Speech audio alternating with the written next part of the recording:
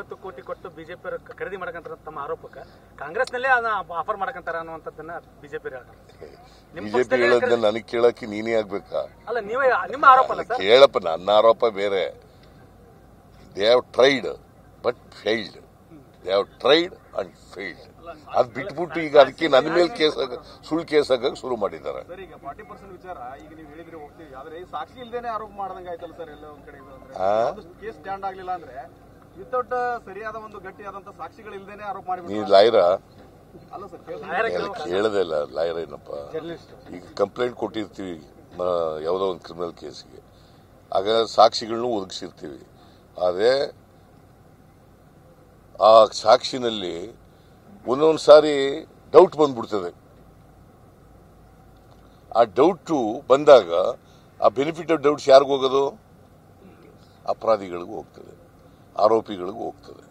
ನಾನು ಅದನ್ನೇ ಹೇಳದ್ದು ನಿಮಗೆ. ಸ್ವಲ್ಪ ತಿಳ್ಕೊತಮ್ಮ. ಆಯ್ತು, ಈಗ ನಿಮ್ದು ಆಯ್ತಲ್ಲ. ಇವ್ರು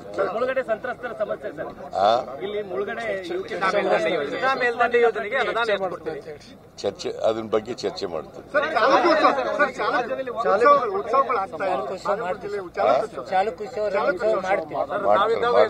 ಮಾಡ್ತಾರಂತ ಜಿಲ್ಲಾ ಮಂತ್ರಿ ಹೇಳ್ತಾ ಇದ್ದಾರೆ. ಮಾಡ್ತಾರೆ, ಮಾಡ್ತೀವಿ. ಒಬ್ರಿಗೆ ಹೇಳ್ರಿ ಯಾರಾದ್ರೂ. ಕೋವಿಡ್ ಅಲ್ಲಿ 250 ಕೋಟಿ ಹಗರಣದ ವರದಿ ಕೂಡ ಸಲ್ಲಿಕೆ ಆಗಿದೆ ಅಂತ ಈಗಾಗಲೇ ವರದಿ ಸಲ್ಲಿಕೆ ಆಗಕ್ಕೆ ರೆಡಿ ಇದೆ ಸರ್.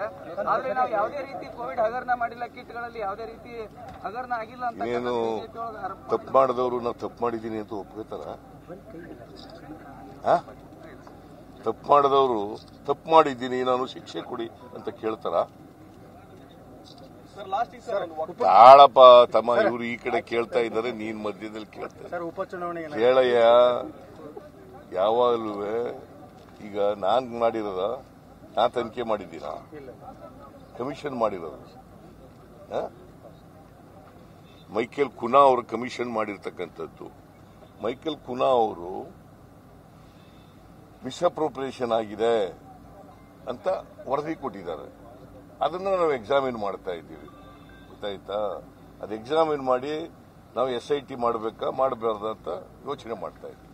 SIT ಮಾಡ್ತೀವಿ. ಆಮೇಲೆ